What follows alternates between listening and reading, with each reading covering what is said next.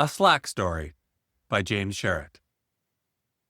Culture Carriers in Dublin. Doing the job in Dublin. Starting with Hanni. Finding a fridge. Fitting into life. How long does it take to move to a new city in a new country and then start to feel like you can get going? How long until you've found some housing, a grocery store to frequent, a decent coffee shop, a few routes around the neighborhood? I had 2 weeks. It felt like both too much time and not enough. Too much in the sense that the world kept spinning and deals kept dealing and Slack kept growing. Not enough in the sense that we didn't really have our housing sorted out, never mind any containers for leftovers or a sleep routine. But I was itchy to get started. We had an office space.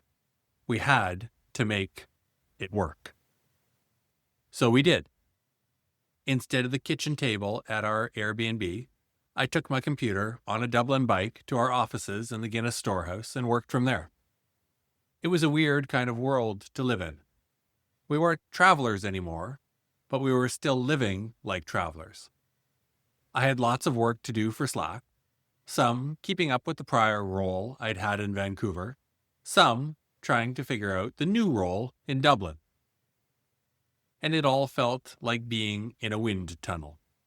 Anything that I didn't hold on to tightly got blown away. And I didn't know what needed to get held on to tightly. But I did know I had to pare things down. The team in Vancouver? They were terrific and could run themselves. The customers I had been working with?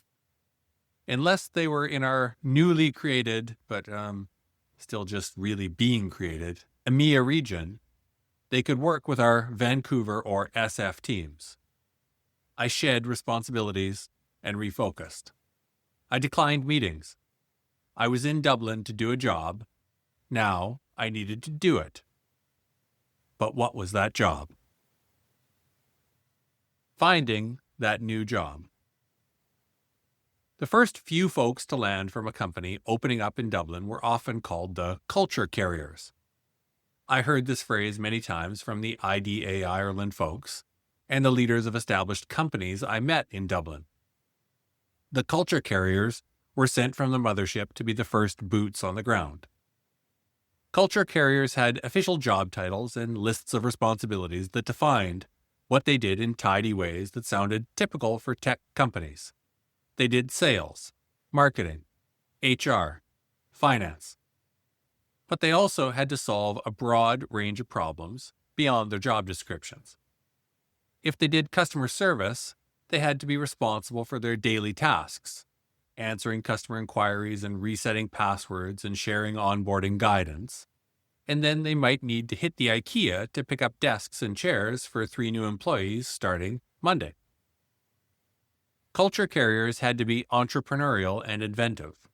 They had to improvise and figure things out in new ways, while also maintaining some connection to the broader organization and the overall ways it expected things to be done. They were translators, the humans that smoothed out and made the rough edges of the organization connect to the rough edges of its new location. The culture carriers for Slack in Dublin started out as me and Hanni. I first met Hanni after we'd landed, once in Dublin with my family, when we started to set up the office. Hanni radiated an almost incandescent energy. She was English, of course. Her accent was posh, too, of course. Her mannerisms with her glasses and hair flips and hand gestures could have been distracting if I wasn't just trying to keep up with the pace of her words. Carrying on a conversation with Hanni felt like being on a pogo stick on a trampoline. Quick slashes of comment and wit ricocheting off in all directions.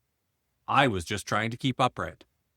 After a full day of Slack, Hanni went home and strapped herself onto her Concept 2 rowing machine to burn off the last calories of her day. She was brilliant in every sense, often many of them at once. As the culture carriers for Slack, Hanni and I needed to quickly form a work relationship that could respond to the somewhat opaque future we were trying to create. We were the adults on this camping trip who needed to make some decisions and needed to get along. We were learning together. Mostly, this was very good in fairly unknown conditions. Sometimes, this was not smooth. The fridge incident. By the time we had somewhere in the neighborhood of 10 employees at Slack Dublin, our office's lack of a fridge became a sore point for folks. No one wanted to go out for lunch every day. They wanted to bring their lunch. Plus, the company-provided drinks needed to be kept cold. But buying a fridge seemed daunting, near impossible. Neither Hanni or I had a car. Neither of us was from Dublin and could call on an uncle with a truck or van. Neither of us even knew where to buy a fridge since our respective homes had come furnished. We fruitlessly searched the .ie, Ireland's official top-level domain name internet country code, appliance retailers. None had inventories online or offered e-commerce purchase and delivery. When would we get a fridge? How could we get a fridge? How big should we make our fridge? We procrastinated on the fridge. It felt hard, and it haunted the office like a missing tooth. At a certain point, the lack of a fridge became something that needed to be figured out. It felt embarrassing how shittily we'd done in getting ourselves a fridge. So one day, it had to be done. Now. Hanni did it.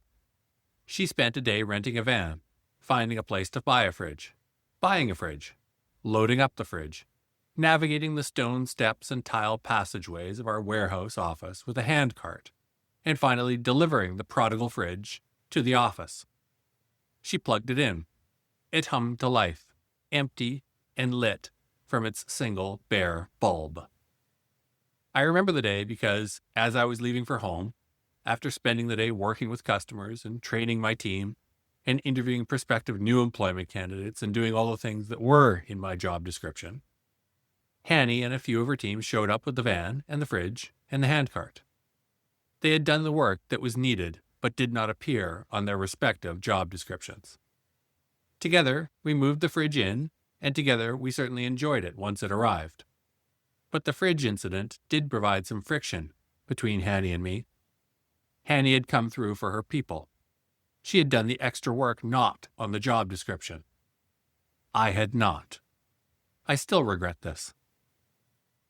In reflection now, I can see what I couldn't see at the time. That I could have done a better job being proactive and fixing the problems other people saw as problems. But I'm not always great at seeing what other people see as problems. I'd prefer to just focus on getting the work done and ignore the things outside the work that can influence its getting doneness. Hanni was terrific for taking a more expansive view and solving broader problems. The upside of the fridge incident is that it proved to be a good instigating issue. Hanni and I started to have a weekly meeting of what we grandiosely called the Dublin Leadership. There were 2 of us.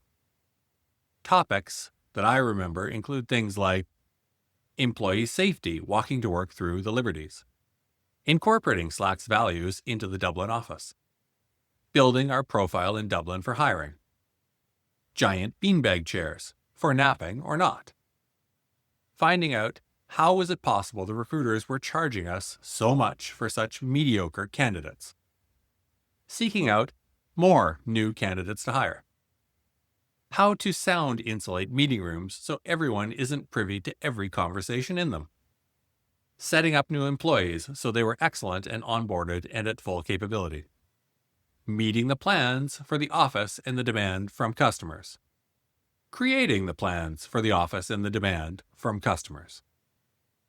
Many times we flailed about trying to figure out what to do in what order.